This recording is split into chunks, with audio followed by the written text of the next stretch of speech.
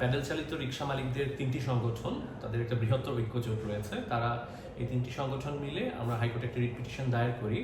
আমাদের হাইকোর্টে প্রেয়ার ছিল যে এই সাম্প্রতিক গত 3 মাসে ঢাকা মহানগরী এলাকায় ব্যাটারি চালিত রিক্সা যেভাবে মহানগরের মূল সড়কগুলোতে চলাচল করছে, এটি জনজীবন বিপন্ন করছে এবং তারা খুব দ্রুত গতিতে এই রিক্সাগুলো চালাচ্ছে, যার ফলে নিয়মিত সড়কে দুর্ঘটনা ঘটছে।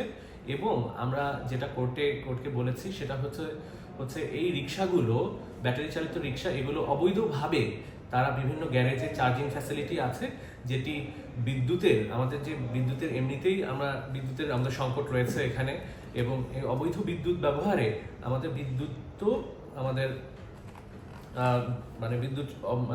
অবৈধ বিদ্যুৎ ব্যবহার করছে। এই বিষয়গুলো আমরা কোর্টকে আমাদের সাবমিশনে ছিল। পরবর্তীতে মহামান্য হাইকোর্ট বিষয়টি শুনে রুল দিয়েছেন এবং বিবাদীগণকে নির্দেশনা দিয়েছেন যে 3 কার্য দিবসের মধ্যে ঢাকা মহানগরী এলাকায় ব্যাটারি চালিত রিক্সা বন্ধে পদক্ষেপ নেওয়ার জন্য।